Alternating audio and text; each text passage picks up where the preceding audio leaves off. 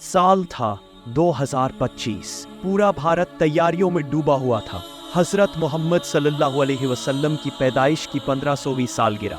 जगह जगह चमकते पोस्टर, गलियां रोशनियों से जगमगा रही थी। लेकिन उस शोर के बीच कुछ अजीब था। तेज डीजे की आवाज, पटाखों की धमक और भीड़ में धक्का मुक्की। अहमद, एक कॉलेज स्टूडेंट, ये सब देखकर परेशान हो गया।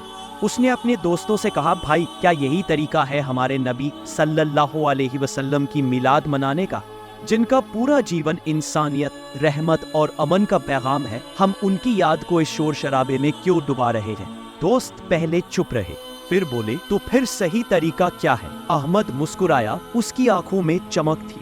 उसने कहा, सही तरीका वही है जो नबी सल्लल्लाहु अलैहि वसल्लम ने हमें सिखाया। गरीबों की मदद करना, पड़ोसियों का ख्याल रखना, रिश्ते जोड़ना और इल्म फैलाना। उस दिन अहमद और उसके दोस्तों ने ठान लिया, मिलाद का जश्न अब कुछ अलग होगा। सुबह सुबह वे मोहल्ले के अनाथ बच्चों के लिए नाश्ते और कपड़ों का इंतजाम करने लगे।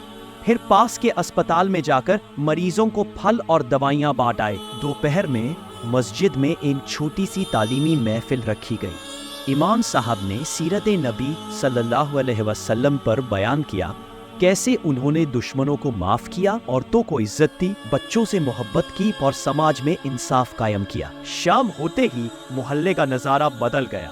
न डीजे का शोर, न पटाखों की धमक, बल्कि बच्चे तिलावत कर रहे थे, नौजवान सफाई कर रहे थे और बुजुर्ग एक दूसरे को दुआएं दे रहे थे। लोगों ने ये सब देखा और उनके दिल पिघल गए। पड़ोस के इलाकों में भी असर हुआ। जगह जगह मिलाद, भलाई और अमन का पैगाम बन गई।